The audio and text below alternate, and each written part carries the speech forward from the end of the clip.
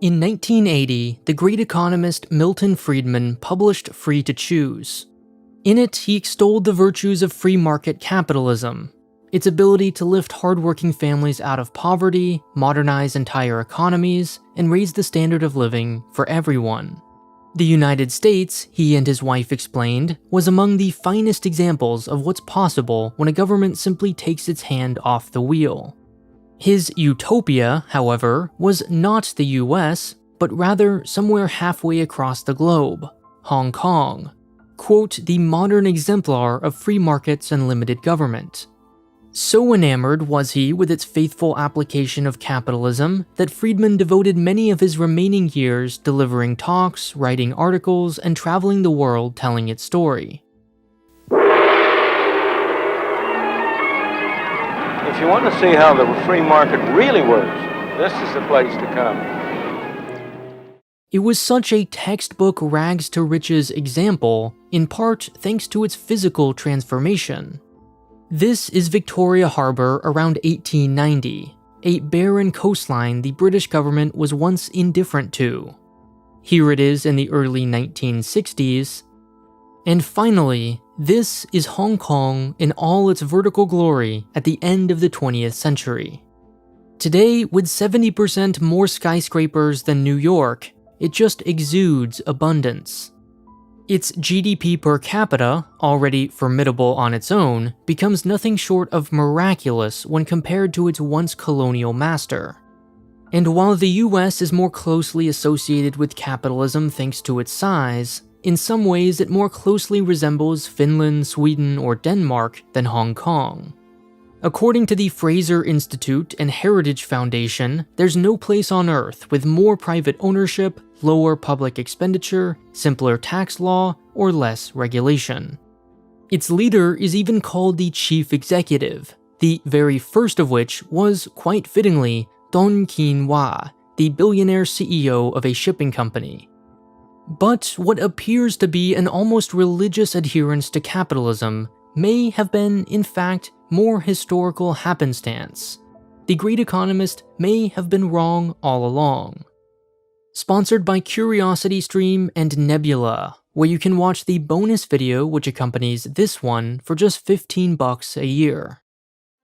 During the British Empire, colonial bureaucrats were not sent directly from London, as you might expect, but rather hopped between crown colonies.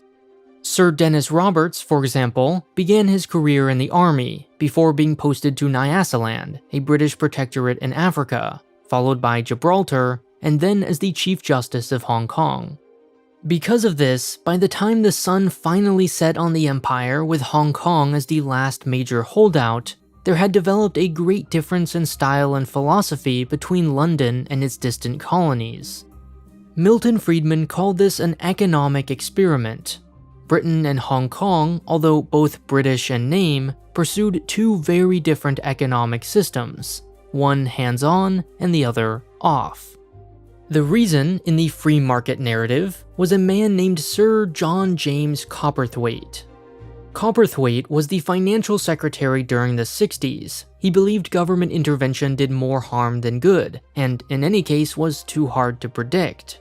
He accidentally became a kind of capitalist hero after Friedman met him during a brief stopover. When asked about the local economy, Cowperthwaite replied that he honestly didn't know the answer. He was philosophically opposed to keeping any records, as it might give the government grounds to interfere. His successor gave this do-nothing approach an academic-sounding name, positive non-interventionism, and the rest is history. The true story, however, is quite different. The first reason Hong Kong was so financially prudent was that it had to be. Britain expected that, quote, the local revenue will be adequate to defray all the expenses of the government of Hong Kong. London even made the city pay for most of the British garrison, a giant, intimidating 30-story military base in the middle of the city's financial district. Second, with financial independence came administrative independence. The British elite in Hong Kong had no desire to cede control to London, who would surely attach conditions to further funding. By spending so little, the colony remained self-sufficient, and the rich could enjoy their autonomy without needing to beg the queen for help. They also worried generous social welfare would attract too many migrants from up north. And so, between 1948 and 97, Hong Kong ran a deficit for just 7 of 50 years. Finally, and most disturbingly, free market ideology both distracted from Britain's failures and justified its ethnic discrimination.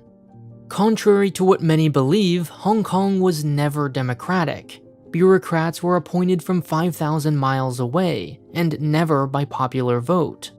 The supposed meritocracy of the invisible hand of the free market was a convenient scapegoat. It also provided the colonial government with some source of legitimacy. It was supposed to be above politics, composed merely of neutral technicians allowing citizens to prosper. In reality, zoning laws, elite schools, and favoritism all gave the 1% British population an unfair advantage. As you can see, capitalist policies were driven less by ideology and more by historical circumstances. And while its lack of natural resources is often cited as further evidence of its miraculous transformation, this argument relies on a very narrow definition of natural resources. Is strategically located geography like that of Hong Kong or Singapore not the best and least corruptible of resources? But regardless of why it adopted the policies that it did, the Hong Kong of today is either not an accurate example of capitalism in practice, or a striking example of its perils. The list of monopolies is long. At its one and only container port, the world's 8th largest, just 2 companies, Hutchinson and Modern, together control 21 of 24 berths, 87%. The privately owned Jockey Club is granted a total monopoly on gambling, which in exchange sprays charity around the city at a rate only guilt could explain. The government carefully regulates both the number of public buses and bus companies, resulting in only 2 major players, KMB and New World First Bus. There are just 2 electric companies, China Light and Power and Hong Kong Electric, which serve different areas. In a city of nearly 8 million, every last pound of fresh beef comes from one private company, Feng Hong, who has a complete monopoly on the license to import cattle.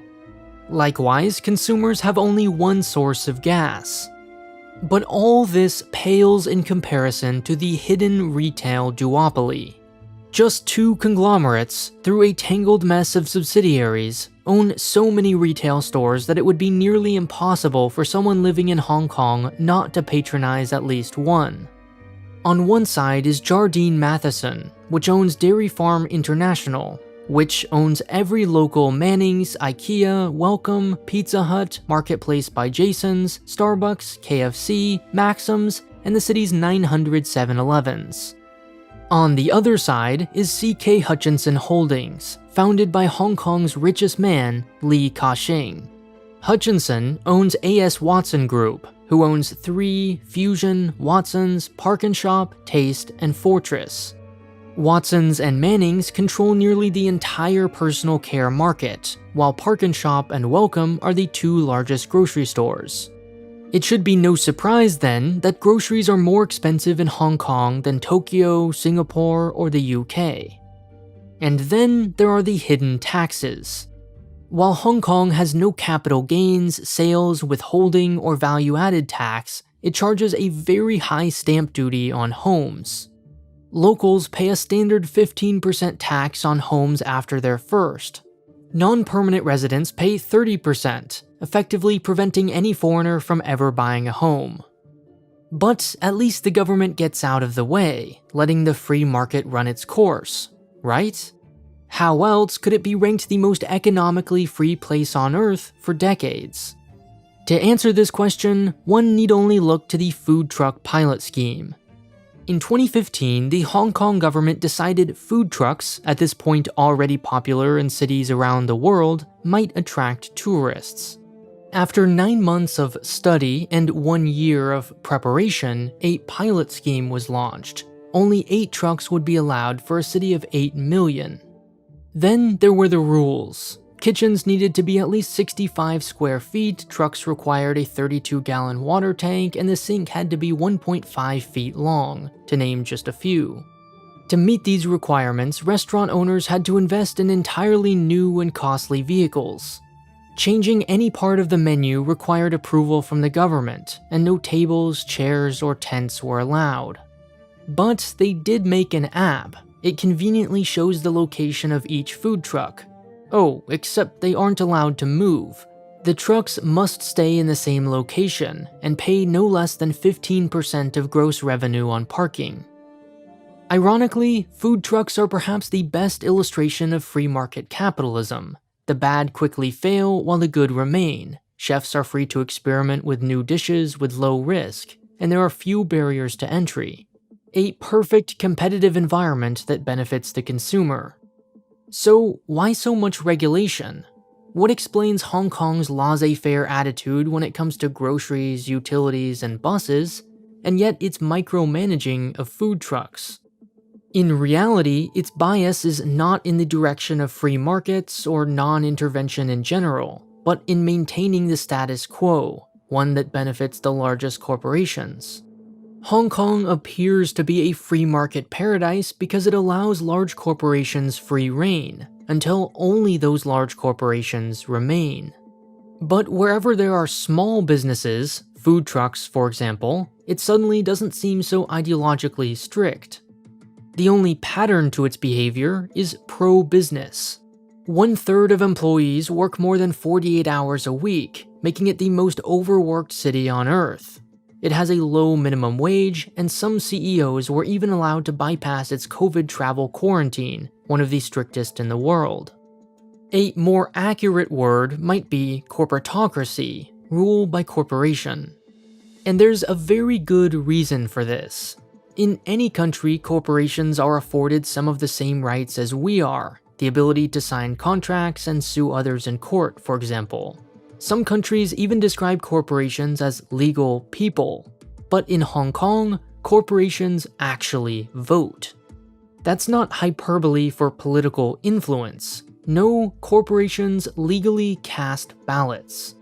The Hong Kong election system is deliberately complicated and difficult to understand, which is why I explain how corporations vote in Hong Kong in a separate, unaffected by the YouTube algorithm video on Nebula. Almost every other Polymatter video has bonus or extended content available on Nebula, as do many of your favorite channels, including entire Nebula-exclusive originals like Sam from Wendover's documentary on Alaska, Tom Scott's game show, or Tirzu's Let's Play Outside. For just $15 a year, not a month but a year, you also get access to CuriosityStream, home to great documentaries like this one, exploring Hong Kong as a traveler, or this one about how the tallest building in the world works. Sign up with the link in the description and watch the bonus video about Hong Kong's election system over on Nebula.